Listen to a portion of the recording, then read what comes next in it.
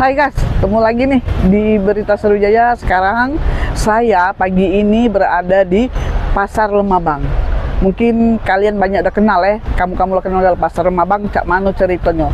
Nah, setelah kami survei ke sana, ini kami datang ke sana nih, ini loh laporan ini netizen loh dari masyarakat nyuruh kami survei ke Pasar Lemabang. Nah, ternyata benar. Setelah kami survei pagi ini, Pasar Lemabang itu, aduh, kalian lah baca jenguk cak mana ya, kayak juga cuplikan video yang kami shoot tadi gitu ya. Itu yang aku takutkan, yang kami khawatirkan, ketika mobil Puso datang dari era PT Perindo dari laut gitu kan besar itu kan, kalau remnya blong, cak mana lah coba.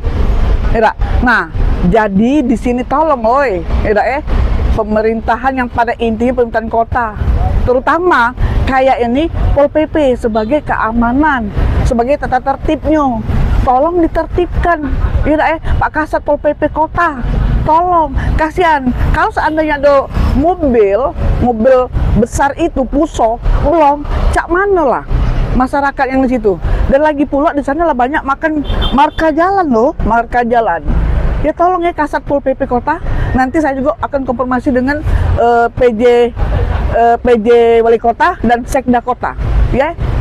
Ingat, nanti akan saya konfirmasi langsung. Nah, netizen jangan lupa komen apa pendapat kamu setelah melihat video yang kami tayangkan tadi, ya.